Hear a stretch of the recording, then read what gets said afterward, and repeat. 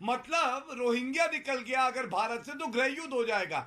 इनको ration card कौन देता है? अरविंद केजरीवाल, क्योंकि इनमें वोट बैंक दिखाई देता है। और आज यही बड़ा सवाल है, ऐसे रोहिंग्या जिनको हमारे देश से मोहब्बत नहीं, उनको जगह क्यों दी जाती है? यहाँ पे भारतीय जनता पार्टी जब कार्रवाई करती है, इस बात के एनआरसी का विरोध मैं कौन व्यूअर्स करता आपको है? बताता हूं यही बांग्लादेशी कपिल एंगल सिब्बल है करते क्या। हैं सर, वो दिल्ली चैलेंज। पुलिस की टीम इस एंगल पर जांच भी कर रही है। मेरे साथ साधना भारती कांग्रेस की, मैं उनका भी रिएक्शन दूंगा, फिर मैं टीएमसी का भी रिएक्शन दूंगा इसके ऊपर। साधना भारती, बांग्लादेशी एंगल निकल के आ रहा है और बांग्लादेशियों को किसने बसाया दिल्ली के अंदर, यह बात किसी से ढकी छुपी नहीं हुई है, बांग्लादेशी मुसलमानों को। और अब यह एंगल निकल के आ रहा है कि बांग्लादेशी मुसलमान इस साजिश में शामिल थे। और जो वीडियो रात का है, रात 2 बजे का, वो काफी चीजें एक्सपोज कर रहा है। आदरणीय अमीश जी, देखिए मैं तो स्पष्ट तौर पर ये कहूंगी, चाहे वो प्रेम शर्मा हो विश्व हिंदू परिषद के, चाहे वो अंसार हो, असलम हो, सोनू हो, सब पर सख्त से सख्त कार्रवाई करना पुलिस की जिम्मेदारी और होनी चाहिए। यदि कोई हिंसा करता है, किसी को भड़काता है, कहीं दंगा करता है, किसी की जान लेने की कोशिश करता है, तो उस पर सख्त कार्रवाई होनी चाहिए। वो सरकार की भी जिम्मेदारी है, उसमें कांग्रेस पार्टी किसी की पक्षधर और हम इसके पक्ष की और उसकी पक्ष की हम बात नहीं करते। लेकिन मैं तो कहती हूँ कि लेकिन आप मध्य प्रदेश के अंदर आपके नेता कहते हैं जब बुलडोजर चलता है दंगाइयों पर, तो आपके नेता कहते हैं कि बुलडोजर क्यों चला रहे हैं ऐसा? जी हम तो बिल्कुल ये कहेंगे, क्योंकि कानून में बुलडोजर लिखा नहीं है ना। तो आप एक तरफ तो बोलोगे दंगाइयों को, दंगाइयों पे बुलडोजर मत चलाओ, दूसरी तरफ बोलोगे कार्रवाई मत करो, तीसरी तरफ बोलेंगे रोहिंग्या मुसलमानों को यही रहने दो। नहीं, मुझे तो कांग्रेस का एंगल समझ में नहीं आता। आप कहते हैं रोहिंग्या मुसलमानों को भी यहाँ रहने दो, दंगाइयों पे बुलडोजर भी ना चलाओ। बोलिए आप मैडम। आप मेरी बात पूरी हो जाने दीजिए, फिर आप अपनी टिप्पणी कर लीजिएगा। बिल्कुल मेरी बात पूरी हो जाने। मेरी टिप्पणी नहीं, मेरा सवाल है। आपका सवाल सुन चुकी है मैं, जवाब तो दे लूं तो क्या सवाल है मेरा? क्या सवाल है मेरा? उसी का जवाब दीजिए मैडम। हाँ मैं बिल्कुल ठीक से जवाब दे रही हूँ, सुन लीजिए आप भी। मैं सीधी बात कह रही हूँ कि आप कह रहे हैं बुलडोजर। अरे बुलडोजर, लोकतंत्र में कानून बुलडोजर से नहीं चलता, कानून चलता है संविधान के हिसाब से। कानून अंधा कानून भाजपा का तो नहीं चलेगा। अगर आप बुलडोजर चलाना चाहते हैं तो ठीक है, मैं तो बिल्कुल मान रही हूँ, चला दीजिए आशीष मिश्रा के घर पर बुलडोजर, चला दीजिए उस रीवा के बाबा के घर पे बुलडोजर, जो रामविलास वेदांती का रिश्तेदार था भाजपा के नेता का, जिसने एक बेटी को सर्किट हाउस में शराब पिलाकर उसके साथ बलात्कार किया। चला दीजिए उसके घर पर बुलडोजर। छतरपुर के अंदर जिस व्यक्ति ने पिछड़े वर्ग की महिला के साथ पुजारी बनकर लवलेश तिवारी ने बलात्कार जैसा घिनौना कुकृत्य किया, और चढ़ा दीजिए बुलडोजर बालाघाट के अंदर एक हिंदू बेटे लोधी डाली दमाए की हत्या विश्व हिंदू परिषद के गौ तस्कर गुंडों ने इसलिए कर दी क्योंकि लोधी डाली दमाए शिव भक्त गौरक्षक उनकी गौ तस्करी के बीच में आ गए। तो विश्व हिंदू परिषद के जो गौ तस्कर गुंडे हैं उनके घर पर कब चलेगा बुलडोजर? ठीक है, जवाब सुन लीजिए भाटिया जी। गौरव भाटिया वो कह रही है बुलडोजर चलाइए, क्या कोई दिक्कत नहीं? देखिए ऐसा अक्सर होता है कि राहुल गांधी यूनिवर्सिटी में कानून की जानकारी नहीं होती, केवल चिल्लाने आते हैं। सबसे पहले इन्होंने प्रेम शर्मा का नाम लिया क्योंकि मुस्लिम पार्टी को यह सूट करता है कि जालीदार टोपियों वालों का नाम भी लिया, वही इनका वोट बैंक है। नाम भी लिया।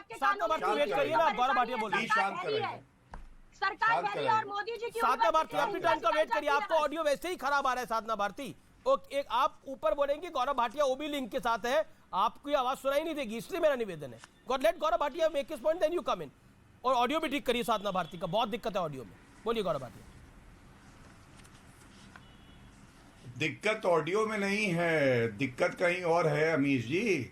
और मैं आपको यही बता रहा हूं, मैंने क्या बोला, सबसे पहले प्रेम शुक्ला का नाम लिया। क्यों लिया? हिंदू का नाम लेने से मुस्लिम पार्टी, जालीदार टोपी वोट बैंक इनका सुरक्षित रहता है। वरना पहला सवाल मेरा, मैं भी दागता हूं, मतलूब अहमद इस नाम में बहुत कुछ छुपा हुआ है।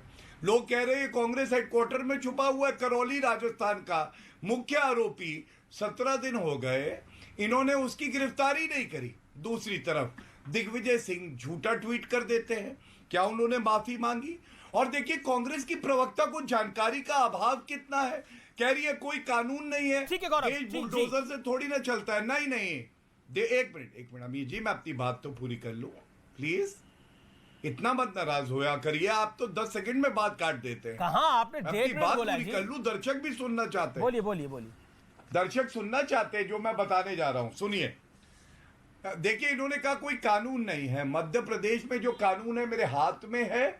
पढ़े लिखे राहुल गांधी की तरह ना बने, वरना भविष्य अंधकार में बीतेगा। मध्य प्रदेश लोक एवं निजी संपत्ति को नुकसान निवारण एवं नुकसान की वसूली नियम 2022 इसके तहत कार्रवाई है। और अंत में रोहिंग्या को घुसाया किसने? ये सारे रोहिंग्या। सर्वोच्च न्यायालय ने एक जजमेंट में कहा था ये घुसते जा रहे थे और कांग्रेस की सरकार दूसरी तरफ देख रही थी, क्योंकि इनको जालीदार टोपियों में देश नहीं अपना वोट बैंक दिखाई दे रहा था। देश की सुरक्षा से इनको मतलब नहीं है अमीर जी। और अब जब निकाला जाता है तो छाती पीटते हैं कि क्यों निकाला जा रहा है। ठीक है। आजाद मैदान जी, जी। में क्या हुआ आप जानते हैं क्या? ठीक है। राहुल गांधी ने टिप्पणी करी? नहीं करी। ठीक है, लेकिन अब मैं जवाब मैं दे दूं? अतिकुर रहमान का रुख करता हूं। अतिकुर रहमान, एक सेकंड साधना भारती। अतिकुर रहमान, आपके पास मैं आना चाहता हूं। बांग्लादेशी मुसलमान का एंगल इस पूरे मामले में निकल के आ रहा है और दिल्ली पुलिस भी उस एंगल पे जांच इस समय कर रही है। लेकिन जब भी रोहिंग्या मुसलमानों को निकालने की बात आती है तो छाती ये कह के पीटी जाती है कि भारत तो जिसे कहते हैं वासुदेव कुटुंबकम में बिलीव करता है। भारत तो अतिथि देवो भव कहता है। तो अतिथि देवो भव का मतलब ये थोड़ी है कि आओ और हमारे ऊपर धमाका करो। और आप भी कहते हैं कि ऐसा कैसे हो सकता है, भारत तो आदिकाल से ऐसा है। लेकिन घुसपैठी और शरणार्थी में फर्क होता है ना। तो कोई अमित जी- शरणार्थी बन के आए और शरिया ही लागू करने लग जाए तो क्या करिएगा?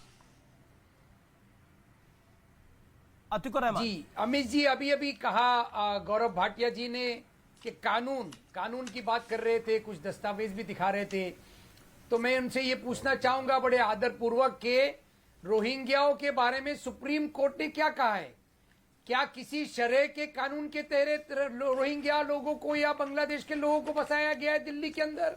या सुप्रीम कोर्ट में जो याचिका गई थी उसमें सुप्रीम कोर्ट ने कहा कि इन लोगों को बेसिक एमेनिटीज प्रोवाइड करना भारत की सरकार का फर्ज है, कर्तव्य है। किसी शरह लॉ के तहत, किसी कुरान के तहत, किसी मुस्लिम लीडर के बोलने पर उनको रचाया बसाया नहीं गया है। ये बात अलग है कि अगर वो बोल रहे हैं कि वोट बैंक बना के रखा जा रहा है तो अब तक तो आप अरे ये बाग ये जो पहले ये शरणार्थी बनकर आते हैं उसके बाद ये यहाँ पर परमानेंट राशन कार्ड बनवा लेते हैं, फिर वोटर हो जाते हैं, फिर वोट बैंक हो जाते हैं और ऐसे ही कहानी बदलती रहती है। बंगाल में बदल रही है, असम में बदल रही है, कश्मीर में बदल चुकी है, अब दिल्ली में बदल रही है। ये दिखाई दे रहा है। ये शरणार्थी बनकर आते हैं, फिर वोटर बन जाते हैं, फिर वोट बैंक बन जाते हैं। बड़ी अच्छी बातें हैं ये। नहीं अच्छी बात, ये बात एक नैरेटिव चलाने के लिए बड़ी अच्छी ठोस बातें हैं आपके पास, चलाइए। अच्छा, ये बांग्लादेशी मुसलमान शरणार्थी बन के आए थे 1971 की वॉर के बाद। ये बात सच है या झूठ है? दिल्ली के अंदर जितने बांग्लादेशी मुसलमान बसे हैं ये शरणार्थी बन के आए थे 1971 की वॉर के बाद, जब ईस्ट पाकिस्तान अलग हुआ था। ये सही कह रहा हूं, मैं गलत कह रहा हूं अतिकुर रहमान? और उसके बाद this is factual, this is all factual. उसके बाद इनको राशन कार्ड दिए, किसकी सरकारों ने राशन कार्ड दिए? जांच कर लीजिए इस बात की, किसकी सरकारों ने राशन कार्ड दिए? और जिन्होंने राशन कार्ड दिए उनका ये वोट बैंक बन गए और आज की तारीख में ये इतना बड़ा वोट बैंक है कि इनको कोई हाथ लगाने से डर रहा है।